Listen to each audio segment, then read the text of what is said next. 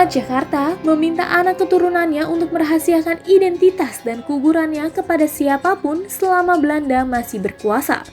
Selain itu, anak keturunannya dilarang memakai bahasa Melayu dalam pergaulan antar mereka.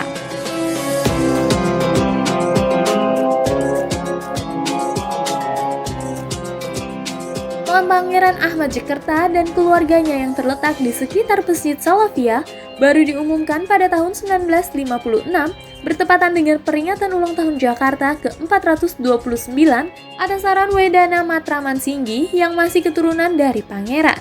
Ini berarti pengungkapan makam berjarak 316 tahun setelah Ahmad Jakarta wafat atau sekitar 3 abad lebih.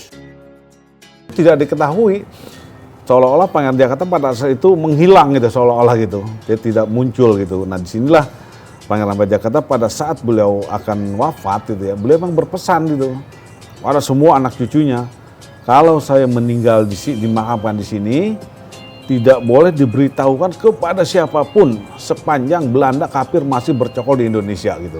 Makanya ini dirahasiakan, tidak ada yang berani gitu ya untuk memberitahukan bahwa Pangeran Jakarta makam di sini, walaupun Belanda mencari terus itu.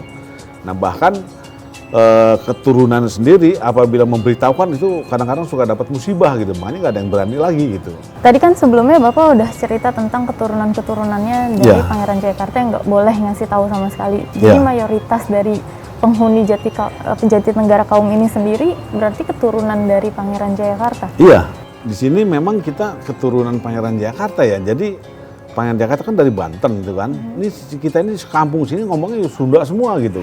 Sundanya juga Sunda agak kasar gitu. Jadi memang warga ini keturunan kita ini sekarang ini udah hampir punah gitu. Mungkin di sini sekarang ini saya yang tertua gitu.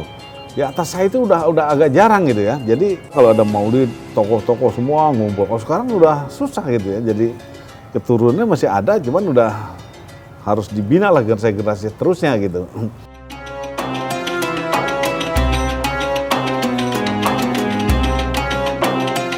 Kampung Jatinegara Kaum dulunya hanya dihuni oleh keluarga Pangeran Ahmad Jakarta, Sultan Al-Nasar, dan pangeran-pangeran dari Kesultanan Banten.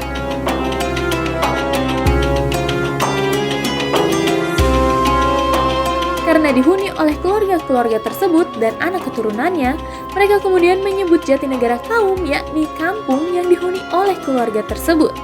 Hingga saat ini, meskipun sudah banyak kaum pendatang, warga Jatinegara Kaum sebagian besar masih memakai bahasa Sunda Banten. Sementara itu, sumur tempat Pangeran Jayakarta membuang jubahnya hingga kini masih dijaga keberadaannya. Hal tersebut dilakukan agar jejak-jejak keberadaan Pangeran Jayakarta tak pernah hilang. Nah, Pangeran Jayakarta sendiri kalau lihat situs resmi dari pemerintah Jakarta Timur, Pemda Jakarta Timur, itu ya memang di situ dan namanya aslinya Pangeran Ahmad ya. Namun ada juga bukti yang lain menyatakan itu Pangeran Jayawikarta gitu loh. Padahal kita tahu Pangeran Ahmad itu anak dari Pangeran Jayawikarta. Nah, itu terjadi perbedaan pendapat para ahli sejarah. Buat kita orang yang sekarang tugasnya menjaga aja, karena itu udah menjadi cagar budaya, menjaga, melestarikan, dan sekaligus sebagai fakta yang akurat dan bukti bahwa perjuangan melawan Belanda itu ada terus dalam setiap masa dan itu dilakukan oleh para ulama, para pangeran, para orang-orang yang sangat concern untuk menyatukan seluruh Indonesia begitu Pak Mubi. Kalau untuk tadi cerita Bawi kan ada yang penangkapan beliau juga tuh, bisa diceritakan yang sebenarnya tuh kayak gimana? Begini ya, zaman Belanda ya, yang menjadi musuh gitu itu adalah orang yang menegakkan tauhid. Apa buktinya?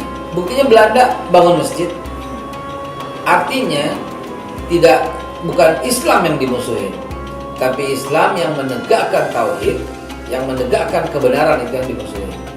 Belanda menyiapkan kapal buat berangkat haji. Belanda membangun banyak masjid, banyak ya, beberapa masjid yang difasilitasi Belanda.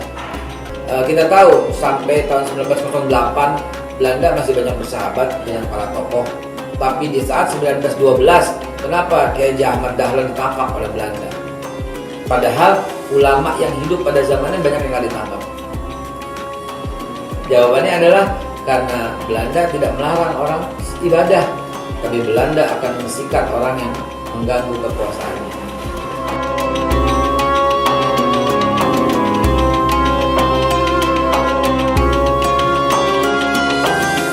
Para pengunjung yang mendatangi makam dari Pangeran Jayakarta biasanya datang untuk berdoa dan juga mengenang jasa atas perjuangan Pangeran Jayakarta dalam melawan penjajah serta menyebarkan syiar Islam di tanah Batavia. Saat ini saya sedang ziarah ke makam Pangeran Jayakarta. Almarhum adalah tokoh Islam, penyiar Islam, ya, dan masuknya dari Sunda Kelapa. Dan beliau juga adalah salah satu pahlawan nasional yang berhasil mengusir penjajahan Belanda ketika itu, dan nasionalismenya yang agamis, sehingga saya merasa bahwa di antara alim ulama, di antara tokoh-tokoh agama dan juga tokoh nasional, saya pilih yaitu Pangeran Jayakarta. Dan saya mendoakan semoga almarhum mendapatkan tempat selain sisi Allah SWT dan dimasukkan dalam surganya. Amin ya rabbal alamin. Ya pemirsa, seperti itu tadi kita sudah mengelilingi makam Pangeran Jayakarta, masjidnya dan juga sejarahnya, berkisah tentang sedikit mengulas bangunan dari masjid ini bersama dengan Bapak Haji Suhendar. Terima kasih Bapak sudah mengajak saya untuk berkeliling dan menceritakan sedikit sejarah dari Pangeran Jayakarta. Kita ketemu lagi mungkin di ziarah berikutnya. Terima kasih Bapak. Assalamualaikum. Salam.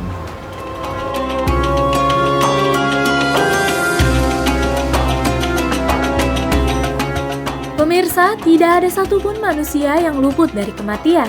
Namun satu hal yang membedakan kita di mata Allah Subhanahu wa Ta'ala setelah kita wafat adalah kebaikan, ketaatan, dan manfaat kepada sesama serta terhadap agama. Ikuti kembali kisah para wali di episode selanjutnya. Wassalamualaikum warahmatullahi wabarakatuh.